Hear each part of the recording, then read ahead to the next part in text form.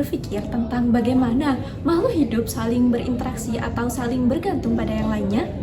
Atau bagaimana hubungan antara manusia, tumbuhan, hewan, dan mikroorganisme lainnya saling membentuk jaringan kehidupan yang kompleks? Nah, itulah yang disebut dengan ekosistem. Kali ini kita akan membahas ekosistem yang lebih mendalam dari buku modul pembelajaran biologi kelas 10 SMA yang disusun oleh Khairul Huda. Ekosistem diartikan sebagai suatu kesatuan fungsional antara makhluk hidup dengan lingkungannya, di mana terdapat suatu interaksi atau hubungan yang saling mempengaruhi. Ekosistem tersebut tersusun atas berbagai unsur-unsur yang saling melengkapi. Unsur tersebut disebut dengan komponen biotik dan komponen abiotik. Komponen biotik ini terdiri atas makhluk hidup, yaitu produsen, konsumen, detritivor, dan laborai. Lalu ada juga yang disebut dengan komponen abiotik, yaitu terdiri atas komponen yang tidak hidup seperti cahaya, tanah, air, udara, batu, suhu, dan lain sebagainya. Nah, kedua unsur tersebut saling berinteraksi membentuk suatu ekosistem yang kompleks. Interaksi tersebut dibedakan menjadi dua, yaitu interaksi antara biotik dengan biotik dan interaksi antara biotik dengan abiotik. Contoh interaksi dari komponen biotik dan biotik yaitu simbiosis. Simbiosis merupakan interaksi antara dua makhluk hidup. Nah, contohnya adalah simbiosis mutualisme. Simbiosis mutualisme ini merupakan interaksi yang saling menguntungkan. Contohnya seperti burung jalak dan kerbau. Burung jalak mendapatkan makanan dari kutu kerbau dan kerbau menjadi tidak gatal-gatal lagi karena kutunya telah dimakan oleh burung jalak. Adapun simbiosis yang lainnya yaitu simbiosis komensalisme dan parasitisme. Ada juga interaksi antara mangsa dan pemangsa yaitu disebut dengan predasi. Nah, tadi kan sudah interaksi antara biotik dan biotik. Sekarang adalah interaksi antara abiotik dengan biotik. Interaksi antara biotik dan abiotik ini memainkan peranan penting dalam mengendalikan suatu ekosistem. Apabila kedua interaksi ini tidak dapat berjalan dengan baik, maka ekosistem akan terganggu. Jadi untuk materi selanjutnya yaitu macam-macam ekosistem. Nah, macam-macam ekosistem terbagi menjadi dua, yaitu ada ekosistem daratan dan juga ekosistem perairan. Nah, untuk ekosistem darat ini terbagi menjadi beberapa bioma. Untuk yang pertama ada bioma gurun, bioma padang rumput, bioma hutan tropis.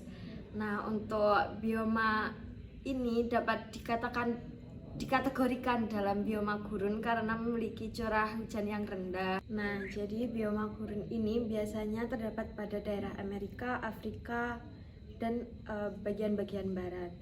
Untuk flora yang tumbuh pada daerah ini dapat beradaptasi pada daerah yang kering seperti kaktus. Kemudian untuk hewan-hewan yang terdapat pada daerah tersebut yaitu ada unta, kemudian ada semut, dan lain-lain.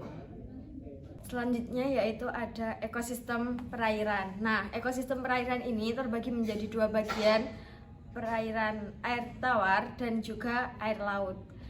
Berdasarkan kebiasaan hidupnya, organisme di daerah air tawar ini terbagi menjadi beberapa bagian. Yang pertama yaitu plankton yang terbagi atas fitoplankton dan zooplankton. Kemudian ada nekton, neuston, perifiton, dan juga bentos. Nah, selain itu pada air tawar ini terdapat beberapa contoh yaitu di daerah sungai, danau, dan lain. Pembahasan selanjutnya adalah tentang piramida ekologi. Hubungan organisme pada tingkat trofik ekosistem biasanya digambarkan dalam bentuk piramida. Yang bagian bawah biasanya lebih lebar dan semakin ke atas ukurannya semakin meruncing. Piramida ekosistem ada 3 jenis, salah satunya adalah piramida jumlah.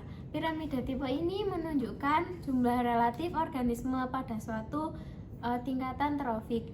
Biasanya yang terletak di paling bawah adalah jumlah yang paling banyak, yaitu produsen.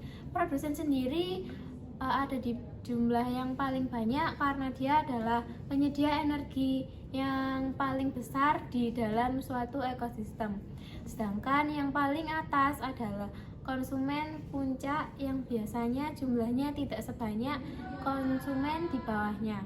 Lalu yang kedua adalah piramida biomasa.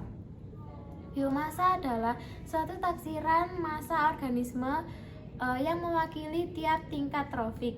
Biasanya yang paling berat ada di bawah juga dan yang paling ringan ada di atas. Lalu yang terakhir adalah piramida energi.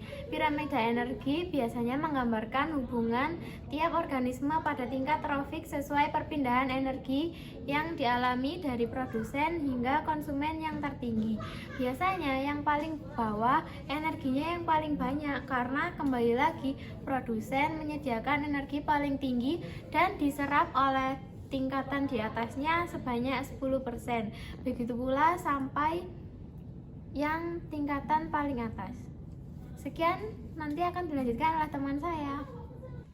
Oke, selanjutnya adalah dari aliran energi dalam ekosistem. Nah, aliran energi ini merupakan serangkaian kegiatan yang membagikan dari energi satu ke energi yang lainnya, dimulai dari sinar matahari, kemudian akan difotosintesis oleh dari tumbuhan untuk menciptakan makanan, kemudian akan dilanjutkan oleh konsumen primer, konsumen tersier, hingga ke dekomposer. Nah, dalam konsumen ini terbagi menjadi beberapa konsumen.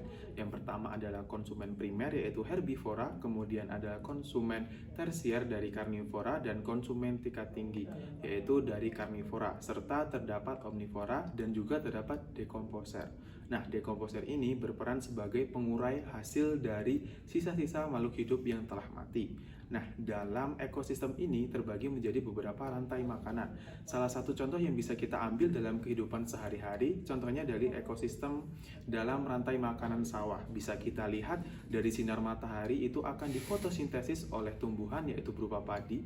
Ketika padi akan menghasilkan dari biji-bijinya itu akan dimakan oleh belalang. Nah, belalang itu selain akan memakan dari biji-bijinya, juga memakan dari daunnya yang dari belalangnya akan dimakan oleh katak.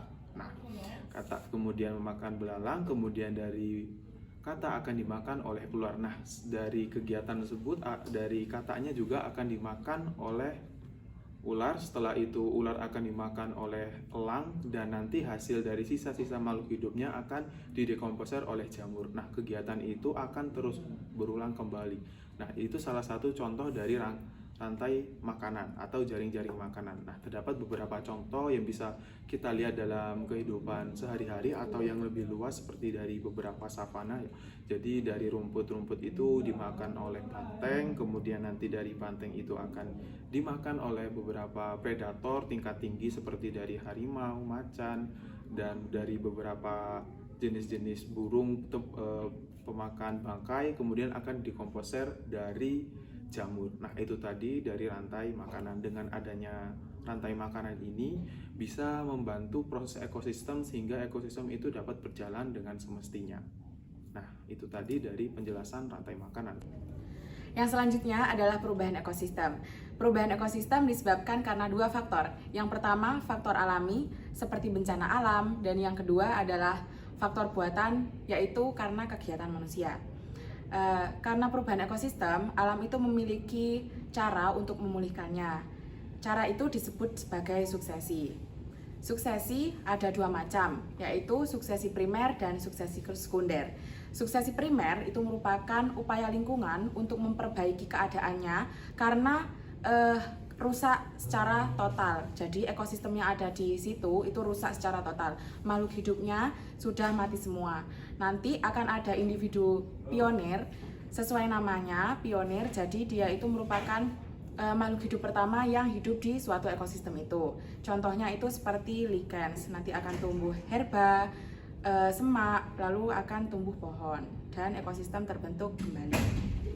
Yang kedua adalah suksesi sekunder, yaitu upaya lingkungan untuk memperbaiki keadaannya akibat rusak sebagian saja. Jadi kalau yang tadi suksesi primer itu lingkungannya terjadi kerusakan secara total, kalau yang di suksesi primer ini lingkungannya terjadi kerusakan sebagian saja. Nanti lingkungan akan berupaya untuk mengembalikan keadaannya seperti semula. Contohnya itu karena banjir. Banjir itu tidak merusak seluruh kehidupan, tapi hanya sebagian saja. Demikian video penjelasan dari kami. Terima kasih telah menyaksikan. Sampai jumpa.